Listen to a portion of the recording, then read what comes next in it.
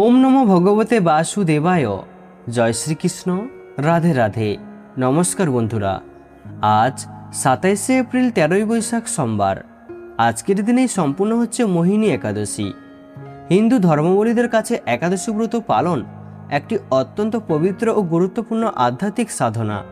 সারা বছরে মোট 24টি একাদশী আসে, যার মধ্যে বৈশাখ মাসের শুক্লপক্ষের একাদশীটি মোহিনী একাদশী নামে প্রসিদ্ধ। শাস্ত্রীয় অনুসারে এই একাদশীর ব্রত পালন করলে মানুষের অজান্তে করা সমস্ত পাপের বিনাশ ঘটে এবং আত্মার পরিশুদ্ধি হয়। এই দিন ভগবান বিষ্ণুর মোহিনী রূপের আরাধনা করা হয়ে থাকে। এই মোহিনী একাদশীর ব্রত সৃষ্টি ও ধর্মের রক্ষার জন্য ভগবান বিষ্ণু অনেক অবতার গ্রহণ করেছিলেন, যার মধ্যে মোহিনী অবতার হলো একটি বিশেষ অবতার। এই অবতারে ভগবান শ্রীহরি এক সুন্দরী নারী রূপ ধারণ করেছিলেন, যাকে দেখে রাক্ষস এবং অসুররা বিভ্রান্ত হয়ে পড়েছিল। মোহিনী অবতারের কারণ ছিল সমুদ্র মন্থন, যেখানে অমৃত কলসের জন্য দেবতা এবং অসুরদের মধ্যে দ্বন্দ্ব সৃষ্টি হয়েছিল। যখন অসুররা অমৃত কলস দখল করার চেষ্টা করছিল, তখন সেই কলসকে নিরাপদে দেবতাদের কাছে পৌঁছে দেওয়ার জন্যই ঈশ্বর এই মোহিনী অবতার ধারণ করেছিলেন। মোহিনী রূপ ধারণ করে ভগবান আমাদের বার্তা দেন যে যখনই ধর্মের উপর কোনো বিপদ আসবে, তিনি অবশ্যই কোনো না কোনো রূপে তার রক্ষার জন্য আবির্ভূত হবেন। আজ হয়তো আপনিও এই ব্রত পালন করছেন বা শ্রী বিষ্ণুকে পূজা করবেন ভেবেছেন। যে কোনো একাদশী তিথি তখনই সম্পূর্ণ হয় যখন তার ব্রত কথাটি একবার হলেও শ্রবণ করা হয়। এমনকি যদি কোনো কারণে আপনি আজ এই মোহিনী একাদশীর ব্রতটি রাখতে নাও পারেন বা উপবাস করতে নাও পারেন, তাহলে শুধুমাত্র এই ব্রত কথা শ্রবণ করে আজ সন্ধ্যায় ভগবান শ্রী হরিবিষ্ণু এবং মা লক্ষ্মীর উদ্দেশ্যে একটি ঘিয়ের প্রদীপ অবশ্যই প্রজ্বলন করুন। এই প্রক্রিয়াটি করলেও ব্রতের পূর্ণ ফল অনেকাংশে লাভ হয়। তাই আজ এই ভিডিওতে আমরা শ্রবণ করব মোহিনী একাদশীর ব্রত কথা, এবং তারপর আমরা জেনে নেব আগামীকাল পারণ বা উপবাস আমরা কিভাবে এবং কখন ভঙ্গ করব, পারণ মন্ত্র, সংকল্প মন্ত্র এবং কি কি আহার গ্রহণ করা যাবে, একাদশীর দিন কোন কোন কার্যগুলি করা নিষিদ্ধ, মহিলাদের ক্ষেত্রে একাদশী পালনের নিয়ম কি, তুলসীতে জলদান করা যাবে কি না, তাও এই ভিডিওতে আপনাকে জানাবো। এই সব কিছুই আপনাদের সাথে আজকের এই ভিডিওতে বিস্তারিতভাবে আলোচনা করা হবে। আমাদের সকলেরই আজকের এই গুরুত্বপূর্ণ তথ্যগুলি জানা খুবই প্রয়োজন। তাই অবশ্যই আমার প্রিয় সকল ভক্তগণ ভিডিওটি ভক্তি, ভালোবাসা, শ্রদ্ধার সহিত অবশ্যই শ্রবণ করবেন। আর এই চ্যানেলে নতুন হয়ে থাকলে দয়া করে চ্যানেলটি সাবস্ক্রাইব করবেন, কারণ পরবর্তী সময়ে এই ধরনের নতুন নতুন ভিডিও বা তথ্য পাওয়ার জন্য। এবং ভিডিওটিতে একটি লাইক করবেন আর কমেন্টে ভক্তি, ভালোবাসা, শ্রদ্ধা দিয়ে জয় শ্রী হরিবিষ্ণুর জয় বা আপনাদের ইষ্ট দেবতার নামটি অবশ্যই লিখবেন। তাহলে চলুন বন্ধুরা, প্রথমে শ্রবণ করে নেওয়া যাক বৈশাখ শুক্লপক্ষের মোহিনী একাদশীর ব্রত কথা। জয় রাধে। কুর্ম পুরাণে বৈশাখ শুক্লপক্ষের মোহিনী একাদশীর ব্রত মাহাত্ম্য বর্ণনা করা হয়েছে। মহারাজ যুধিষ্ঠির বললেন, হে জনার্দন, বৈশাখ শুক্লপক্ষিয়া একাদশীর কি নাম, কি ফল, কি বিধি, এ সকল কথা আমার নিকট বর্ণনা করুন। উত্তরে ভগবান শ্রীকৃষ্ণ বললেন, হে ধর্মপুত্র, আপনি আমাকে যে প্রশ্ন করেছেন, পূর্বে শ্রী রামচন্দ্র বশিষ্ঠের কাছে এই একই প্রশ্ন করেছিলেন। তিনি জিজ্ঞাসা করেছিলেন, হে মুনিবর, আমি জনকনন্দিনী সীতার বিরহজনিত কারণে দুঃখ পাচ্ছি, তাই একটি উত্তম ব্রতের কথা আমাকে বলুন, যার দ্বারা সর্বপাপ ক্ষয় ও সর্বদুঃখ বিনষ্ট হয়। এই কথা শুনে বশিষ্ঠদেব বললেন, হে রামচন্দ্র, তুমি উত্তম প্রশ্ন করেছ। যদিও তোমার নাম গ্রহণেই মানুষ পবিত্র হয়ে থাকে, তবুও লোকের মঙ্গলের জন্য তোমার কাছে সর্বশ্রেষ্ঠ ও পরম পবিত্র একটি ব্রতের কথা বলছি। বৈশাখ মাসের শুক্লপক্ষিয়া একাদশী মোহিনী নামে প্রসিদ্ধা। এই ব্রত প্রভাবে মানুষের সকল পাপ, দুঃখ ও মোহজাল অচিরেই বিনষ্ট হয়। তাই মানুষের উচিত সকল পাপ ক্ষয়কারী ও সকল দুঃখ বিনাশী এই একাদশী ব্রত পালন করা। একাগ্র চিত্তে তার মহিমা তুমি শ্রবণ করো। এই কথা শ্রবণ মাত্রই সমস্ত পাপ বিনষ্ট হয়। পবিত্র সরস্বতী নদীর তীরে ভদ্রাবতী নামে এক সুশোভনা নগরী ছিল। চন্দ্রবংশজাত ধৃতনাম নামে এক রাজা সেখানে রাজত্ব করতেন। সেই নগরীতেই ধনপাল নামে এক বৈশ্য বাস করতেন। তিনি ছিলেন পুণ্যকর্ম ও সমৃদ্ধশালী ব্যক্তি। তিনি নলকূপ, জলাশয়, উদ্যান, মঠ ও গৃহ ইত্যাদি নির্মাণ করে দিতেন। তিনি ছিলেন বিষ্ণুভক্তি পরায়ণ ও শান্ত প্রকৃতির মানুষ। সুমনা, দ্যুতিমান, মেধাবী, শ্রুকৃতি ও ধৃষ্টবুদ্ধি নামে তার 5 জন পুত্র ছিল। পঞ্চম পুত্র ধৃষ্টবুদ্ধি ছিল অতি দুরাচারী। সে সর্বদা পাপ কার্যে লিপ্ত থাকত। পরস্ত্রী সঙ্গী, বেশ্যাসক্ত, লম্পট ও দ্রুতক্রিয়া প্রভৃতি পাপে সে অত্যন্ত আসক্ত ছিল। দেবতা, ব্রাহ্মণ ও পিতামাতার সেবায় তার একেবারেই মতি ছিল না। সে অন্যায় কাজে রত, দুষ্টু স্বভাব ও পিতৃধন ক্ষয়কারক ছিল। সবসময় সে অভক্ষ, ভক্ষণ ও সুরাপানে মত্ত থাকত। পিতা ধনপাল একদিন পথ চলেছিলেন।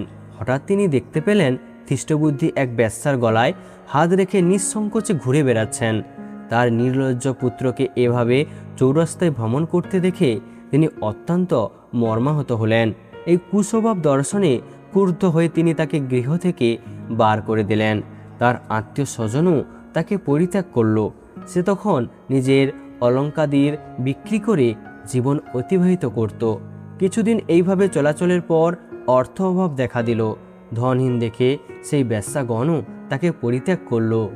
অন্ন বস্ত্রহীন ধৃষ্টবুদ্ধি ক্ষুধা তৃষ্ণায় অত্যন্ত কাতর হয়ে পড়ল। অবশেষে নিজের গ্রামে সে চুরি করতে শুরু করলো। একদিন রাজপ্রহরী তাকে ধরে বন্দি করল, কিন্তু পিতার সম্মানার্থে তাকে মুক্ত করে দিল। এভাবে কয়েকবার সে ধরা পড়ল ও ছাড় পেল, কিন্তু তবুও সে চুরি করা বন্ধ করল না। তখন রাজা তাকে কারাগারে বন্ধ করে রাখলেন। বিচারে সে কষাঘাত দ্বন্দ্ব ভোগ করল। কারাভোগের পর অনন্য উপায় ধৃষ্টবুদ্ধি বনে প্রবেশ করল। সেখানে সে পশু পাখি বধ করে তাদের মাংস ভক্ষণ করে অতি দুঃখে পাপময় জীবনযাপন করতে লাগলো। দুষ্কর্মে কেউ কখনো সুখী হতে পারে না, তাই ধৃষ্টবুদ্ধি দিবারাত্রি দুঃখ শোকে জর্জরিত হলো। এভাবে অনেক দিন অতিবাহিত হলো। কোন পুণ্যকর্মে সহসা একদিন সে কৌতিন্য ঋষির আশ্রমে উপস্থিত হলো। বৈশাখ মাসে ঋষিবর গঙ্গা স্নান করে আশ্রমের দিকে প্রত্যাবর্তন করেছিলেন। শোকাকুল ধৃষ্টবুদ্ধি তার সম্মুখে উপস্থিত হলো। ঘটনাক্রমে ঋষির বস্ত্র হতে এক বিন্দু জল তার গায়ে পড়ল। সেই জলের স্পর্শে তার সমস্ত পাপ দূর হলো। হঠাৎ তার শুভ বুদ্ধির উদয় হলো। ঋষির সামনে সে কৃতাঞ্জলি পুটে প্রার্থনা করতে লাগলো, হে ঋষি শ্রেষ্ঠ, যে পুণ্য প্রভাবে আমি এই ভীষণ দুঃখ যন্ত্রণা থেকে মুক্তি লাভ করতে পারি তা কৃপা করে আমাকে বলুন। ঋষিবর বললেন, বৈশাখ মাসের শুক্লপক্ষে মোহিনী নামে যে প্রসিদ্ধ একাদশী আছে, তুমি সেই ব্রত পালন করো। ওই ব্রতের ফলে মানুষের বহু জন্মাঞ্জলিত পর্বত পরিমাণ পাপরাশিও ক্ষয় হয়ে থাকে। মহামুনি বশিষ্ঠ বললেন, কৌতিন্য ঋষির উপদেশ শ্রবণ করে প্রসন্ন চিত্তে ধৃষ্টবুদ্ধি সেই ব্রত পালন করল। হে মহারাজ রামচন্দ্র, এই ব্রত পালনে সে নিষ্পাপ হল, দিব্যদেহ লাভ করল। অবশেষে গরুরে আরোহণ করে সকল প্রকার উপদ্রবহীন বৈকুণ্ঠধামে গমন করল। হে রাজন, ত্রিলোকে মোহিনী ব্রত থেকে আর শ্রেষ্ঠ কোনো ব্রত নেই। যজ্ঞ, তীর্থস্থান, দান ইত্যাদি কোনো পুণ্য কর্মই এই ব্রতের সমান নয়। এই ব্রত কথা শ্রবণ কীর্তনে সহস্র গোদানের ফল লাভ হয়। জয় রাধে, হরে কৃষ্ণ। আমি এখানে আমার ব্রত কথাটি সমাপ্ত করলাম।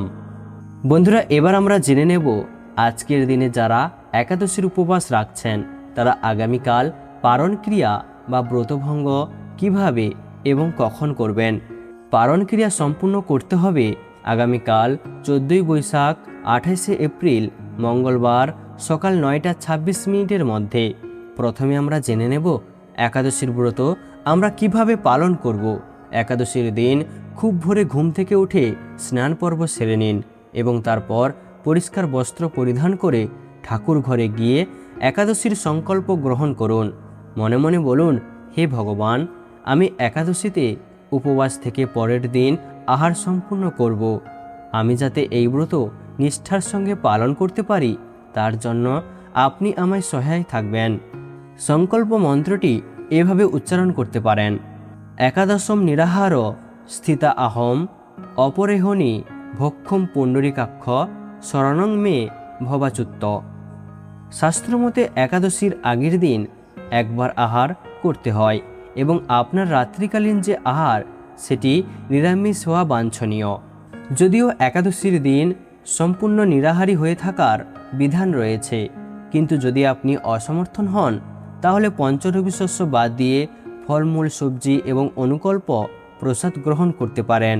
পঞ্চরবি শস্য অর্থাৎ চাল বা গম জাতীয় কোনো খাবার, ডাল এবং সর্ষের তেল একাদশীর দিন পরিহার করতে হয়। এমনকি ওই দিন ওটস বা ডালিয়া জাতীয় খাবারও গ্রহণ করা যাবে না, কারণ এগুলি পঞ্চরবি শস্যে অন্তর্ভুক্ত। তরকারি বা সবজি রান্নার ক্ষেত্রে সরষের তেলের পরিবর্তে সূর্যমুখী তেল বা বিশুদ্ধ ঘি ব্যবহার করতে পারেন। এখানে বলবো যে তরকারি বা সবজি কাটার ক্ষেত্রে ওই দিন সতর্ক থাকতে হবে, কারণ শাস্ত্রমতে একাদশীর দিন রক্তপাত হওয়া অশুভ। অনেকে প্রশ্ন করেন যে একাদশীর দিন তুলসী গাছে জল নিবেদন করা যাবে কিনা। তাদের উদ্দেশ্যে বলি যে বছরের 365 দিন রবিবার এবং একাদশীতেও তুলসী গাছে জল নিবেদন করবেন। তবে শ্রী বিষ্ণুর পদাপদ্মে যদি আপনি তুলসী পাতা নিবেদন করতে চান, সেই তুলসী পাতা আপনি আগের দিন চয়ন করে রাখবেন, কারণ একাদশীর দিন তুলসী পাতা ছিঁড়তে নেই। আরেকটি প্রশ্ন যেটা আপনারা করে থাকেন যে একাদশীর দিন ঔষধ গ্রহণ করা যাবে কিনা, তাদের উদ্দেশ্যে বলি ঔষধ আপনি নির্দ্বিধায় একাদশীতে গ্রহণ করতে পারেন, তবে ওই দিন নেশা জাতীয় দ্রব্য যেমন চা কফিকে বর্জন করার কথা বলা হয়ে থাকে। বন্ধুরা, এবার আসি পরের দিন পারণ ক্রিয়া আপনি কিভাবে করবেন বা কিভাবে পারণ ক্রিয়া সম্পূর্ণ করবেন সেই বিষয়ে। পারণের জন্য পঞ্জিকাতে যে সময় নির্দিষ্ট থাকে তার মধ্যেই পারণ ক্রিয়া সম্পূর্ণ করা অতি অবশ্যই কর্তব্য, নতুবা একাদশীর কোনো ফলই লাভ হয় না। পারণ বা ব্রত ভঙ্গের জন্য পঞ্চরবি শস্য দিয়ে ভোগ নিবেদন করার পর পারণ মন্ত্র উচ্চারণ করুন, সেই ভোগ গ্রহণ করে উপবাস ভঙ্গ করুন। যারা ভোগ নিবেদন করবেন না তারা ঠাকুরের চরণে ফুল নিবেদন করেও এই পারণ ক্রিয়া সম্পূর্ণ করতে পারেন।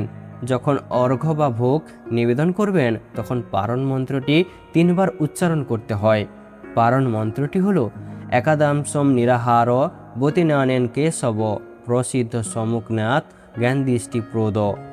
এর অর্থ হলো, হে কেশব, আমি আপনার কৃপা দৃষ্টির দ্বারা যেন সম্পূর্ণভাবে একাদশী ব্রত পালন করতে পারি।